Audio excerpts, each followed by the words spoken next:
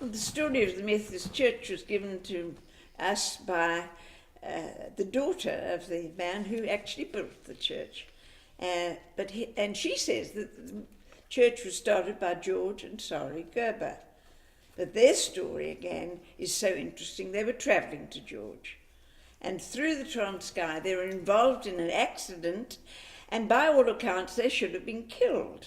But they walked away unscathed from this accident, so they knew that God must have a purpose for them, surviving this collision, and they decided God wanted them to start a Methodist church in George. And that goes a long way back, 1976. That's the year I came to George, 1976. No Methodist church. Attended the Presbyterian church with my children for Sunday school, and was desperately unhappy to come back to George. I had been here at school earlier, and Reverend Cunningham came from Mossel Bay and said, look, you've got to get out of this house, you've got to do something. George is not going to come to you, you must go to George. And I've got a job for you to do, and that is to help start up a Methodist church in George. And that's exactly what I did. I had to get to know Sari and George, and that's when we started having services in their home. How was the services in their home? What was happening there? Well, the services were, it was a group of about 18, 20 people at that stage, and we had visiting pastors coming to speak to us. Sometimes Cunningham would come from Mossel Bay. There was a Dr. Rose, I remember, who used to come and preach, and various other folk, until such time as we got our resident minister. So what happened? How did it start with the digging of this church here that we see as a tea room? I think that Sari did a lot of work herself. She walked the streets of George, as far as I understand, and found all the Methodists, and they really put their backs into it. And I've got a copy of her newsletter, which is most amusing, because she was talking about an upcoming bazaar. Now, at a bazaar, she says, you have workers, talkers, buyers, and walkers. We still have vacancies for workers, buyers, and walkers, but I regret that the vacancies for talkers has been filled. She didn't want any more of those, but through all these bazaars and places, what do you call them? Caravan. Mini bazaars from a caravan. Yes, caravan bazaars. They raised the money for this present site, and it took 6 years of hard work, and then they started building.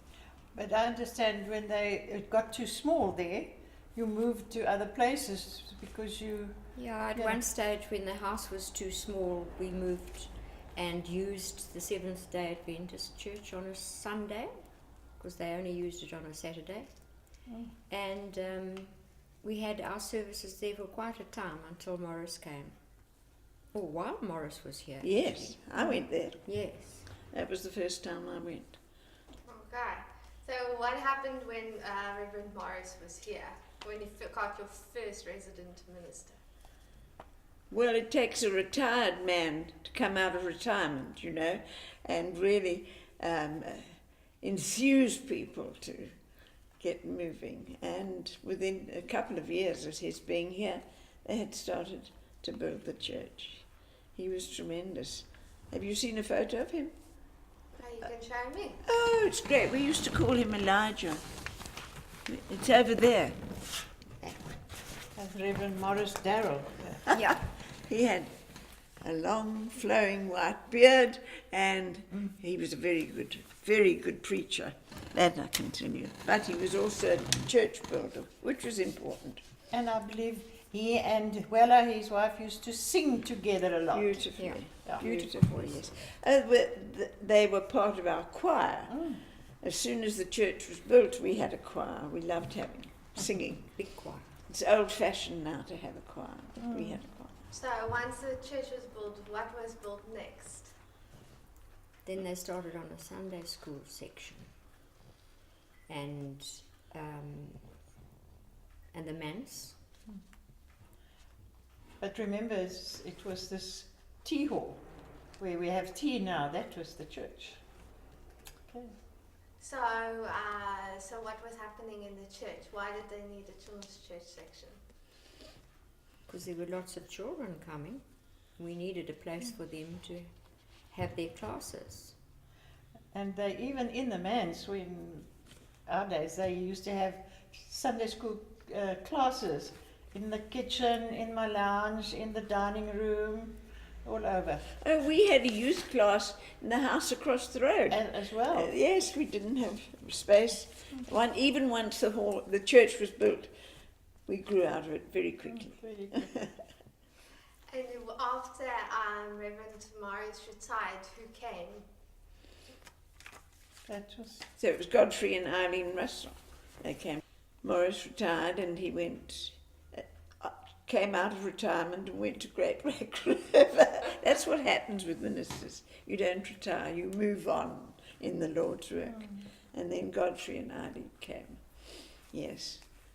And that was an exciting time, because that was when the Sunday school really grew and started to integrate with other Sunday schools. We had inter-Sunday school rallies and sports days, and we used to march up and down York Street with our banners and clowns, and remember that? Yeah. Can you show me a picture? Oh yes, we've got one here, Do we have says I. there. Isn't it one of those? No, there. one? No, not that. Okay. That one. No, I don't think we've got it here. Yes, we have. That's one. No, that was going to Rosemary. There, that's So one. that's Okay. just a Sunday. Yes. Yeah, It's but just you a can just- sports. It was a sports event. And we won the cup, of course. We were, even in those days, very competitive. If you went out, you won. And Godfrey and Eileen are sitting there with children on their lap, cheering us on. And then after Reverend Russell and them stepped down, what happened after that? Then we invited the Bakers. Then James and I arrived here and started in end of 91 and ministered here. And of course then the place was too small and they wanted a bigger church. So we started fundraising and fetes and bazaars and people raising funds, because before we came, the WA ladies was active already, very active, selling bricks for the new church. And so they carried on and all kinds of things. I just want to say the WA at one stage were selling cook sisters. And then they baked cook sisters. Remember the cook Yes. sisters we baked in the kitchen? Like 100 dozen cook sisters on a Friday, and to raise funds. And in that one year, this was now 1992, raised about 25,000 rand just with the cook sisters. So, you know, a lot of work went into the raising the funds for the new Can church. you tell me, what were you building? We built the new sanctuary, where we are having church now, and we built that. And Bit by bit. a little, it was section by section. He started the Ministers' Fraternal, which he called all ministers of George, of their churches, and he started a fraternal, which they met every Friday. Very exciting. There used to be a big crowd. They would have communion, sing songs, and discuss things that the churches can do together. and they had big services together in the Civic Centre as well. It was a growth and an outreach from this church, bringing all the churches of George together. And it was something that was very close to James's heart. He said he could stand it no more, like the Popeye advert, and he just had to get all these ministers together. And it really was a wonderful coming together of all the ministers in George. The same way as the Sunday school did outreach to different Sunday schools, well, the churches were then all coming together. Good. But we didn't ask the ministers to dress up as clowns, like the Sunday school teachers did. No, but you know, the work started going bigger now. You know, the children, they did more things at Sunday schools, and then the churches also arranged things because the ministers were working together. And what happened to your house? And then the church getting bigger, we had to get out of the house. They kicked us out of the manse, and we had to look for a house to stay. So we bought our own place, and because they used the manse for an office, and then they had to extend our carport, the man's carport, into the Matthew Hall. And that was another building that they had to do. So it was exciting to see how things are moving on. So tell me a bit about the funding. Before we moved to the manse's offices, the ministers were actually using children's church, Sunday school classrooms as their offices, and this necessitated the move to actually have an office block here. So at that stage, the Bakers, as Cecilia said, purchased their own home, and the manse then became the office block of the church. So what happened to the funding? So we're seeing this fundraising happening. What happened to the funding in the bank? We called on the congregation to contribute towards a building fund, and this money sort of lay idle and nothing was happening. And at some stage, the minister and the church leadership had a vision to actually tithe the money that we had collected in this building fund, and then the decision was taken that we actually had to Asked me to ruin this. use these funds and sink them into the ground, because money lying idle in a bank account wasn't going to get us anywhere. And we took that decision, and plans were approved, and the foundations were dug, and with a small amount of money, probably about 60,000 rand. And then it just took off. God was so faithful in talking to the people's hearts and things that the thing just mushroomed, and before we knew, we had a building up. It was very plain and simple. It didn't have any walls. It had columns and a roof, and we worshipped under this open air church. That was so important that the leadership and the minister decided, let's tithe that money. We must tithe it. And once they tithed the money and they decided, right, now we're going to dig the foundations, it was absolutely wonderful to see.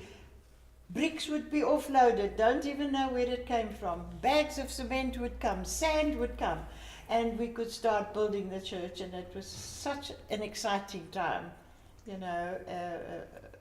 But every cent that came in, they tithed. That was very important. If I can just add to that, the tithing money actually went into building funds for the circuit, because we are part of a connectional church. So it wasn't that the tithing was used for outreach. It did not remain in the George Methodist Church. It was used for outreach in the circuit as far as buildings and things were concerned. So what is happening, except for the building, what is happening in the congregation at this time? Great excitement, I think, because they could see something is happening. They're getting the new church. This was exciting. Yeah. And what was happening in the Civic Centre in George? Christmas. That was at Well, Christmas time. Christmas Day, the church, whether it was the old church or the new church, were much too small. So Christmas Day, the Methodists descended upon the Civic Centre, and within a year or so it was full every Christmas Day of Oh. our people and visitors from all over the country used to make their way to the Civic Centre on Christmas Day. I think I can just add there that there were about 1,200 worshippers That's right. in that church on a Sunday morning, and it was really a blessed time for visitors and for members of our church. Christmas Day. So the walls are up. We don't have carpets. We don't have anything. No carpets, no ceiling, nothing, no chairs, nothing. And then what happened? And then we had a terrible windstorm in George and actually lost the roof of the structure. Of the new building. It blew off into Van Riebeeck Park. Nobody was injured, no property was damaged, and we started again. Insurance paid out and we got a new roof. But then we decided that we had to build up the walls on the side because this thing was very vulnerable to the weather and wind and things like that. And then the walls were built, the windows were installed. It was all donations. Oh, it was so wonderful. We started with nothing, and after the church was opened on the 20th of March 1980, what was it, 82? 82? No. I can't remember. I don't know. It was 20th of March. 20th of March, and it was so exciting. After that, somebody came and said, "I'll do all the ceilings." Somebody else said, "We'll put the carpets in, and we'll, the money just came." It was so amazing, and absolutely how the congregation just worked, because it's something they've worked for years, and it was there now, So it was But don't you think one of the exciting things was as we grew, so we were able to help the other churches in our circuit. And from that time onwards, we've had that sort of working ethic with our fellow Methodists. So on the note of that, what did you notice when your church started growing? How did you get your church to grow? Well, two things, I think. One was Alpha, and the other one was cell groups. I think that we really felt that the Lord was telling us that was how. We start with Alpha, and if you do an Alpha course, then what do you do with people? You put them into cell groups. Why did you run the Alpha course? Why did we run the Alpha course? I think the Alpha course was to get the people together. There weren't any sort of, there were small Bible studies, but this was to train people to run Bible studies or train people to get into cells, because, we're supposed to be a cell-based church. As we said, not just church on Sunday, but church during the week as well. And then a group of us went over to Singapore, to that big cell church in Singapore, and I think they had about 20,000 people in their church, all in cells. Yeah.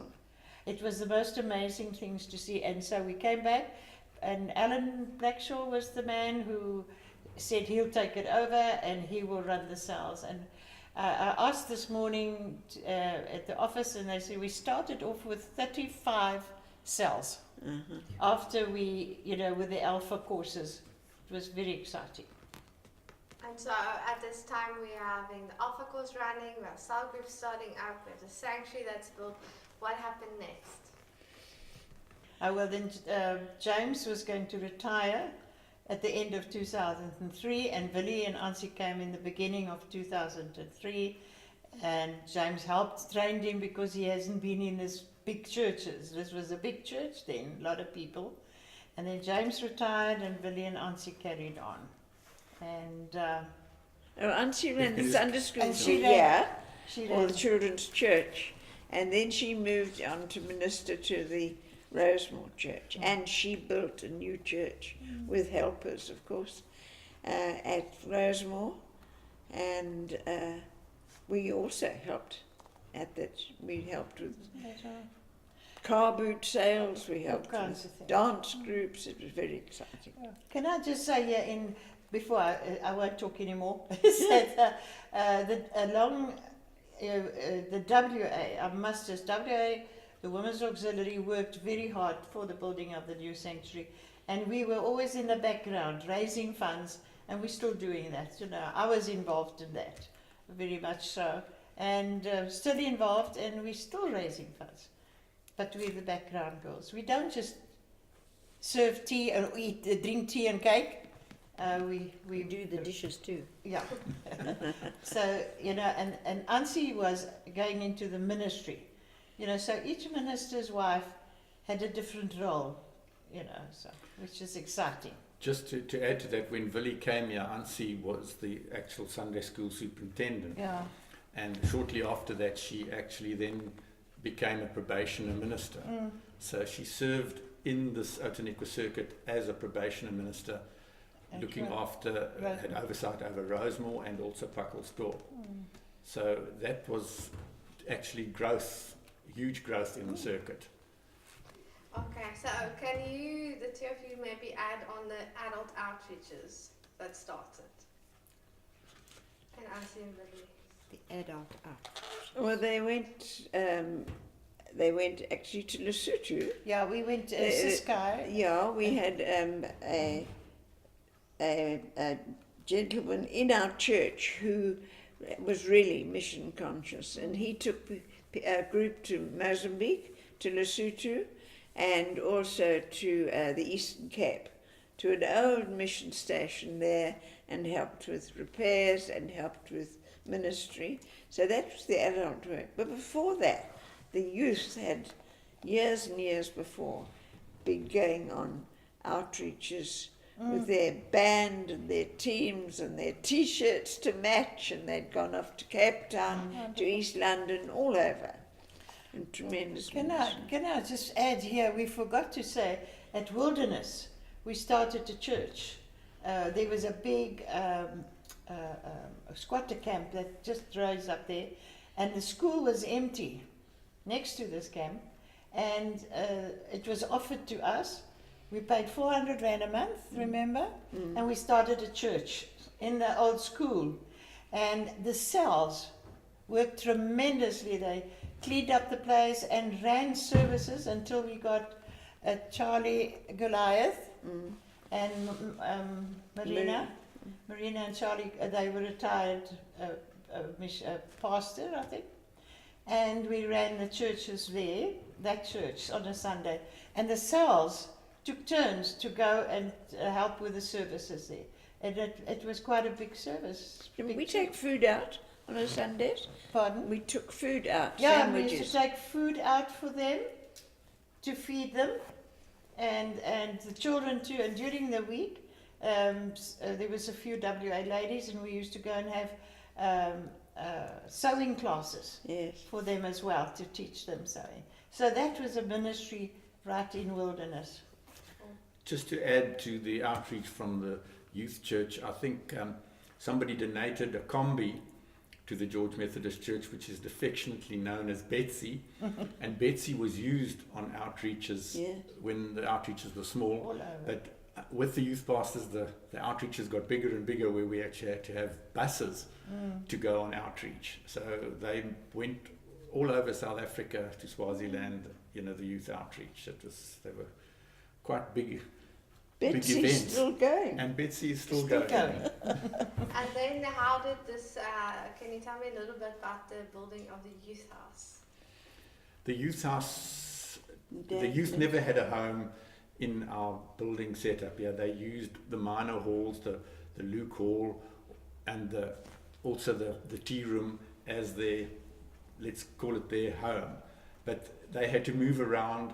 They were very vibrant in their worship. In fact, that we had to soundproof the doors of the tea hall or the old church to blot out the sound, because it was a really vibrant Sunday, and I think the people in the church were drowned out. And they couldn't hear the minister what preach. was going on in the youth house. And then we embarked upon a building program to actually build the youth house, which is probably known as one of the best facilities for youth in the country. We did, when they dug the foundations here, we typed out scriptures, and these were actually cast in the concrete of this building. when they before they started bringing up the walls. So can somebody say, so all this was happening in the time of Willie and Ansi? This house and other outreaches were happening at the time of Willie and Nancy Liebenberg. I think what's important to know is that every minister that ministered here was involved in a building program. Morris Darrell was involved in the building of this sanctuary when Jimmy Kaywood built the church. Willie and at least James was here when we built the actual existing sanctuary. Yeah. And Willie was here Before when this. we built the youth house. So every minister has had a hand in actually extending and enlarging these premises to what they are today. Clive came as a probationer, you say, and became our minister because Willie had now left. And after that, John McKay came to join him, and that's... You remember Corinne's, Clive's wife? Her ministry was called When Women Change. Yeah. She Oh, didn't, yeah, that's wasn't part of the WA, but she concentrated on the women who were working They worked. during the week, and they used to have Saturday meetings, sometimes in the afternoon out in the various parts of George, or else they'd have an early morning on the beach Yes, at 6 o'clock, breakfast. 6 o'clock on Yes, the beach. but the women used to come to that. And so her ministry, When Women Change, And was then her. after we came. And then came Pete and Debbie, yes. And we mustn't forget all the youth workers in between, and the children's church workers who've been faithful with their where they've worked with all the children, and the children's numbers are good. Youth, we hear, are bursting at the seams. And so it's hard to name each one individually, yes. And I think we were blessed with the youth workers we've had here, really, because we can see the fruit of what have happened, and we're so blessed now to have Lydia and Reuben carrying this wonderful work on, because the future of this church is our youth, and it's for me wonderful. I'm sure you agree that you are laying the foundation for these young people and for the future of our church to continue. Yeah. Just to add to that, I think that it's important to know that the youth come into the church at the 9:30 service on a Sunday morning. They are there for part of the service, and then break away and then come through to the youth church and carry on with their program. So they are part of the main church. They're not just here on their own. I think that's very important. And I think we are very blessed now to have Peter and Debbie, because they're so totally different to again, and bringing all these new ideas, and Debbie with her art and wonderful exciting things that she wants to do, and Pete's passion to bring the people together again, and also, excuse me, what is so exciting that he's got such enthusiasm that he brings it to us, and of course he gets us all crying with him, which is wonderful. I think the old ladies love crying with Peter, and we're just concerned that he's got the load of superintendency upon him as well, which is it's an awesome job. It's a very big job. So we need to pray for our minister and his wife. Okay, can you just mention? Debbie's also done amazing work Well, outside the building, making the garden look so pretty, and all the wonderful touches, the new doors opening out to the outside. It's changed the whole look of the place now. Why do you think they built the doors? What was the vision behind the doors in the courtyard? I think that the idea was to connect the buildings, and I think by opening those doors we are now connected to the youth church building, because those doors also open into the courtyard. So that just widens the scope of using our facilities as best we can. And at one stage the tea hall was cut off from the rest of the church, and people now mill out there and come into this space between the youth house and the hall. It's really, on a Sunday morning, wonderful to see people sitting at the benches and fellowshipping together, whereas they would be stuck in the hall under normal circumstances. They now can spill out through those doors. Well, you see, for me, this again is that each minister brings another vision, a new vision to bring the church together. And it's so exciting. I don't know about you. You've been here longer than me, and you know, it's just so exciting to see how each step brings a new vision to the church. For me, the highlight was when I came here, this was the tea hall was the church. And while I was here, they extended the children's church, or the Sunday school as they call it now. They built on new classrooms there. I was on the building committee for both the sanctuary and this youth house, and we just give God all the glory that these buildings were absolutely erected and built debt free. We did have no debt to have the facilities that we've got today, and I just that is just what an awesome God we have, that we've been able to do and to serve all our different ministries in that way. For me, it's been watching the way the different worship teams have evolved. From the smallest child who will stand up in church and dance, praising the Lord, and right through to the worship teams in the different services, the way God has used different people's gifts to praise Him and to give other people a wonderful sense of worship. I love it. Just to add to that, I mean, we have drama worship as well, and there we get all the people involved, from the young ones to the older ones, and I'm sure we've got some budding actresses and actors there that they've done well in all those productions. There's some who started in the Sunday school and who are now at Artscape performing. Yes. Yeah, they are. What about it, actually? Well, to me, I just think back to all the years in the Sunday school and the children's church, and seeing these children grow up and become youth leaders here, and I think that's been the most amazing thing, of watching them grow and remain here, not run away, and give their time to the Lord.